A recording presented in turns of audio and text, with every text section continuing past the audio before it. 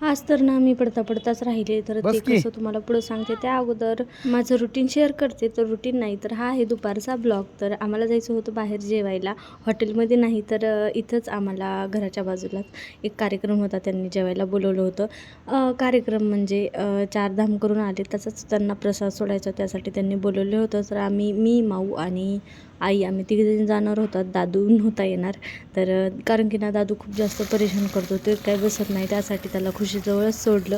पण त्याला काही माहीत नव्हतं की आम्ही बाहेर जाणार आहेत. तर दोघांचीही इथं तुम्ही मस्ती बघितली. जेवण करून आल्याच्यानंतर थोडासा आराम केला आणि हे DIY हँगर बनवलं, जे की मला क्लचर ठेवण्यासाठी पाहिजे होतं. ते कसं बनवलं आणि काय नाही ते तर त्याचा व्हिडिओ मी आपल्या चॅनलवरती अपलोड केला आहे, तो तुम्ही नक्की जाऊन बघा. त्यानंतर मग 5-6 वाजले की आमचं हे काम दररोजच आहे, ते म्हणजे वॉटरिंग करणं. त्यानंतर मग आम्ही दोघंजण वर गेलो आणि वॉटरिंग करायला लागलो. तर आज दयाला म्हणलं होतं की मी पाणी देणार, तुम्ही माझा व्हिडिओ शूट करा, कारण की ना मी दररोज काही पाणी देत नाही, एखाद्या वेळेस देते.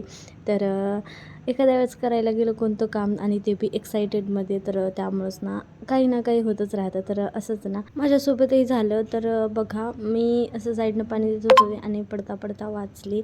तर ह्या जे पिलरचे गज आहेत त्यांनी मला वाचवलं. त्यानंतर मग खाली आलो, तर बघा दादूला झोका द्यायला कोणी नाही वाटतं, त्यासाठीच ना रिया दादूला झोका देत होती आणि दादू त्याच्याकडं कसं रागाने बघत होता बघा ना.